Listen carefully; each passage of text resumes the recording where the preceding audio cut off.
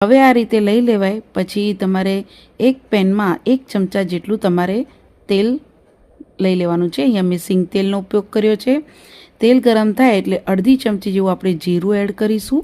જીરું તતડે એટલે એમાં આદુ, મરચાં અને લસણને જે રીતે આપણે અધકચરું વાટીને રેડી કર્યું છે એ તમારે એડ કરી દેવાનું છે અને થોડીક વાર માટે આપણે આને સાતળી લેવાનું છે, જેથી લસણ અને મરચાંમાંથી કાચો સ્વાદ નીકળી જાય।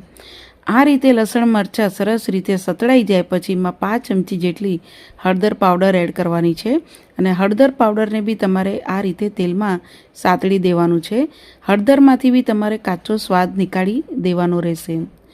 આ રીતે હળદર તમારું સરસ રીતે સતળાઈ જાય પછી આની અંદર જે આપણે લીલા કાંદા સમારીને રાખ્યા છે બધા આ રીતે તમારે એડ કરી દેવાના છે।